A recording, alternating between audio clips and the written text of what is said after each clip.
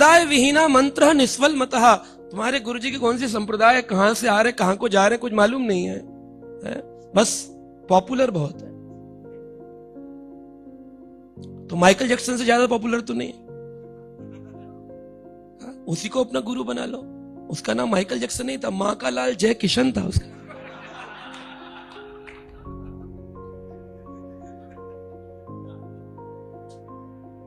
जब उसकी मृत्यु हुई थी तो गूगल क्रैक हो गया था, कई घंटों तक जैम हो गया था इंटरनेट, इतने फॉलोवर थे उसके। तो उसी को गुरु बनाना होगा, फॉलोवर पे ही देखना है। तो संप्रदाय का ज्ञान, प्रमाणिक ग्रंथों का ज्ञान, कौन व्यक्ति के किसके पास जाना है, ये डिसीजन मेकिंग, ये भी भगवान की कृपा प्रदत्त है। मतलब सारा संसार मूर्ख, कहते हैं ना मेजोरिटी कंसिस्ट ऑफ फूल्स। ये जो जितना भी समूह होता है ज्यादातर मूर्खों का समाज होता है। वो कभी निर्णय नहीं ले पाता सही क्या है गलत क्या है। यम शास्त्र विधि उत्सृज्य वर्तते काम करात न ताम सिद्धिम आपनोति न सुखम न पराम गतिम। जो शास्त्र विधि को छोड़कर अपना जीवन जीते हैं उनको जीते जी भी सुख नहीं मिलता और मरण प्रांत गति भी नहीं मिलती। तो ये यहां पर हमें समझना चाहिए कि कठोपनिषद के अंदर भी कहा है, यहां प्रभुपाद जी बोल रहे, नित्यो नित्यानाम चेतनस चेतनाम एको बहुनान यो विद्धति कामान। प्रभुपाद जी ने श्लोक तात्पर्य में लिखा कि हमें जानना चाहिए परमेश्वर अनेक जीवों की आवश्यकताओं की पूर्ति करते हैं, वो ही सब कुछ करते हैं। फर्क इतना है कि भगवान को अपनी आवश्यकताओं की पूर्ति के लिए किसी की आवश्यकता नहीं है। ये बात सिद्धांत नहीं होता, लोग घुमाते रहते हैं। अजी आप कैसे बोल रहे हैं, कृष्ण के भी तो कोई माँ बाप होंगे, कृष्ण भी तो कहीं से आए होंगे, बोले कृष्ण सृष्टि की रचना करी, उन्होंने ब्रह्मा विष्णु महेश बनाया। अरे ये तो मन गढ़ंत है। तो उपनिषद कह रहे हैं, इसलिए शास्त्र शरण लेना बहुत जरूरी है। इसको कहते हैं शास्त्र चक्षुषा, शास्त्र के चक्षु से देखना है, अपनी मनोधारणा से नहीं, मनोकल्पना से नहीं, शास्त्र के एंगल से देखना है, तब जाकर के उसको समझ में आएगा कि भगवान ही सारी सृष्टि का देख रेख करते हैं। और भगवत गीता में 10वें अध्याय के 41 नंबर श्लोक में बड़ा सुंदर भगवान वर्णन किया गया है। यद यद विभूति मत सत्तवम श्रीमत ऊर्जितम एव वा तत्तत् एव गच्छ त्वं माम तेजो अंशः संभवम। यहां पर लिखा है यत यत विभूति माम सत्वम।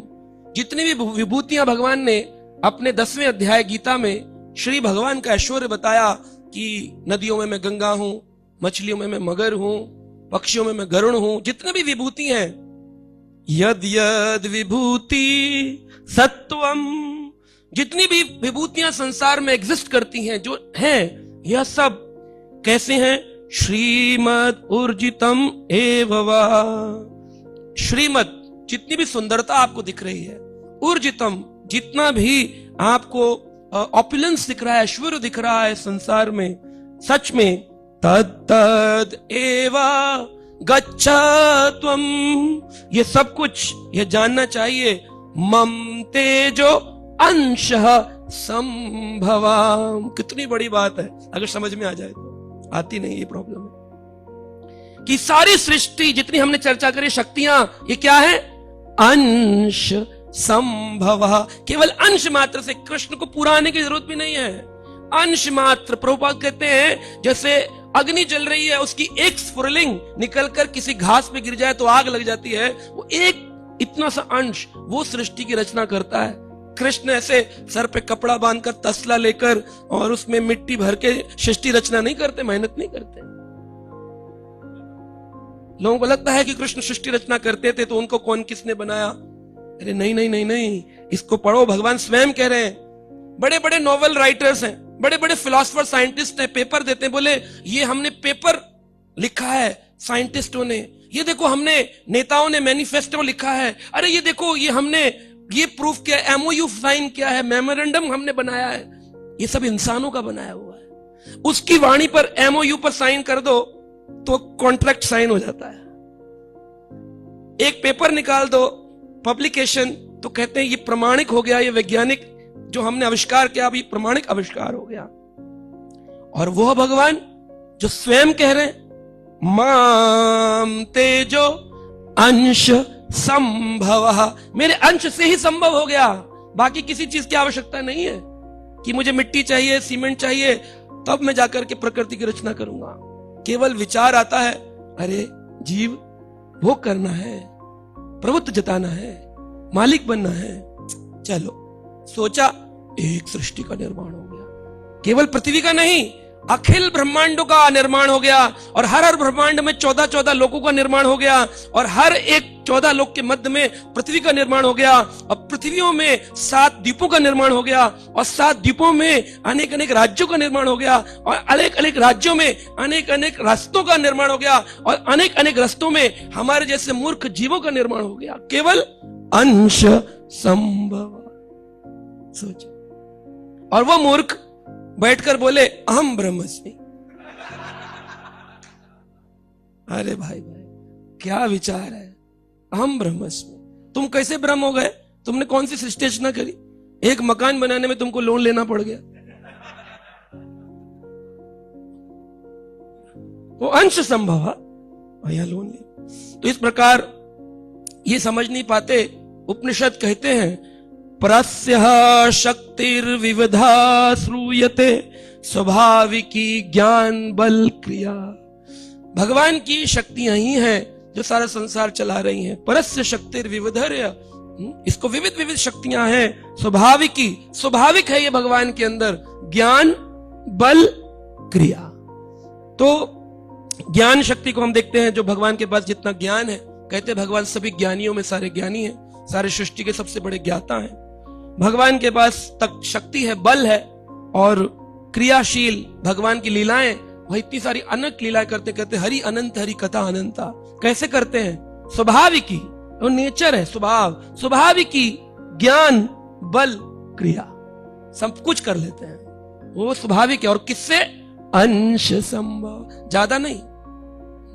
एक बार किसी ने पूछा, बोले ब्रह्मा जी को बनाया तो ब्रह्मा जी सृष्टि रचना की सेवा ले लिए, विष्णु जी को बनाया और सृष्टि पालन की सेवा ले ली, शिव को बनाया और सृष्टि संहार की सेवा ले ली, और तीनों मिलकर के भगवान कृष्ण के पास गए। बोले प्रभु अगर सृष्टि रचना ये करेंगे, पालन हम करेंगे और संहार शिव करेंगे, तो आप क्या करेंगे? भगवान बोले बांसुरी कौन बजाएगा? वेणु कोई बजाता है? विष्णु भी वेणु नहीं बजाते, शिव भी नहीं बनाते। वेणु गीत इतना सुंदर, तो वेणु ही नहीं है किसी के पास, तो कौन बजाएगा बांसुरी? कैसे वेणु गीत उत्पन्न होगा? ये कौन करेगा? बोले वो हम करते हैं। एक बार एक व्यक्ति विदेश से आया, उसने अपनी बुद्धि से समझा भगवान कौन है। वो आया, वो देखा सरकारी ऑफिस में गया, उसका कुछ कार्ड बनना था, नहीं बन रहा था, तो बोला जी कोई काम ही नहीं करता, जिसको देखो चाय पी रहा, अखबार पढ़ रहा, आप लोग काम नहीं करते? कह रहे नहीं, यहां सब राम भरोसे चलता है। कह रहे अरे कुछ तो काम करो। बोले तुम्हारा समय पर हो जाएगा, राम भरोसे, राम के भरोसे रहो। कुछ महीनों बाद उसको लगता था कि कभी नहीं बन पाएगा, लेकिन उसका वो कार्ड बन गया। तो बोला सचमुच राम काम करता है। अब उसने कहा वो राम कौन है जो काम करता है, उसको ढूंढो। राम को ढूंढने निकल गया। अरे कौन है वो राम, वो प्रभु कौन है? ईश्वर। किसी से पूछा ये ईश्वर कहां मिलेगा जिसके भरोसे यह भारत के देश के लोग चल रहे हैं? तो उसने कहा मंदिर में मिलता है। किसी ने कहा अच्छा कौन से मंदिर? करे सनातन मंदिर में जाइए। तो सनातन मंदिर में गया तो उसने अपनी बुद्धि से भगवान को ढूंढा, शास्त्र से नहीं ढूंढा, न किसी गुरु से ढूंढा, अपनी बुद्धि से ढूंढा। वो आया और आकर के उसने देखा कि सारे पहले एक मूर्ति लगी है बाबा की। कह रहे ये बाबा बैठे हैं और बाबा के नीचे लिखा है साईं बाबा, और बाबा जो है वो एक उंगली ऊपर करके कह रहे हैं सबका मालिक एक है। तो कह रहे ये तो मालिक नहीं होगा क्योंकि मालिक तो ये ऊपर दिखा रहा है। अगर ये मालिक होता है ऐसे कहते ना सबका मालिक एक है, उंगली ऐसे ऊपर है कोई।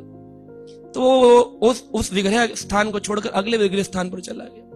अगली जगह गया तो वहां देखा कि जो दुर्गा माई है वो जीभ निकाल करके त्रिशूल लेकर के बड़ा भयानक रूप, विकराल रूप लेकर खड़ी। कहा ये तो कोई सिक्योरिटी की हेड लगती है।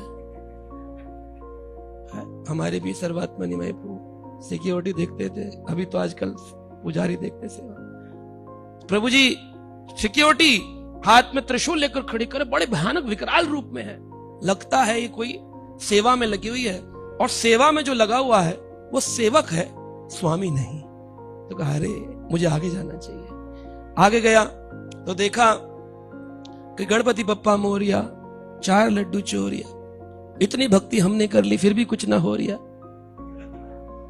लोग गा रहे हैं भजन, तो लड्डू खा रहे हैं, कह रहे ये तो खाने में इसका उदर भी इतना विशाल है ना। भगवान तो सुडौल होना चाहिए, भगवान को तो अपने आहार का पता होना चाहिए। नहीं नहीं नहीं, ये प्रभु नहीं हो सकता, देव हो सकता है, सेवक हो सकता है, स्वामी नहीं हो सकता। आगे चले आएगा, शिव जी बैठे थे आंख बंद करके, पूछा ये क्या कर रहे हैं? बोले ये ध्यान में है। बोले ये ध्यान में? तो हाँ, ये किसके ध्यान में? बोले स्वामी के ध्यान में। कह रहा इसका मतलब ये भी स्वामी नहीं। आगे गए उस ऑल्टर पे, भगवान कृष्ण और राधा रानी कृष्ण की ओर गर्दन झुका के और कृष्ण वेणु झुका के से खड़े थे। तो देख करके बोला ये लगता है थोड़ा परमात्मा जैसा। तो वहां के लोगों ने पूछा ऐसा क्यों आपको फील होता है? कह रहा जिस आदमी ने सबको काम पर लगाया है और खुद अपनी प्रेमिका को लेकर बांसुरी बजा रहा है इत्मीनान से, इसके अलावा और कौन प्रभु हो सकता है? क्योंकि सारी दुनिया तो टेंशन में है और इतनी टेंशन में ये मस्त खड़ा है।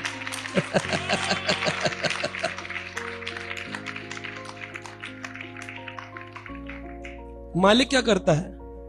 मालिक कह देता है भाई सीईओ रख लेता है, एमडी और दुनिया जहान के वो ऑफिसर रखेगा, लेकिन खुद जो है उसका पता करो कहां है। बोले वो गोल्फ कोर्स में गए हुए हैं गोल्फ खेलने के लिए। सुबह 10 बजे नहा धो के तैयार होके गोल्फ खेलने जाते हैं साहब। और इन्होंने लगाया सीईओ टेंशन में, मुझे प्रोडक्शन लेके आना है। वो टेंशन में रहते हैं लोग, सेवक सेवा में लगा के रहते हैं, लेकिन स्वामी आनंद में रहता है। तो भगवान से ज्यादा कौन? आनंदो भयासात, उनसे ज्यादा आनंद में कोई नहीं। अखिल रसा मूर्ति, रसों का सारा बोर सागर है, आनंद से परिपूर्ण है, इसलिए कृष्ण का पर्यायवाची है आनंद। इसलिए जब नंद के घर कृष्ण जन्म लिए तो किसी ने नहीं गाया नंद के पुत्र भयो जय कन्हैया लाल की। लोगों ने क्या गाया? नंद के आनंद भयो जय।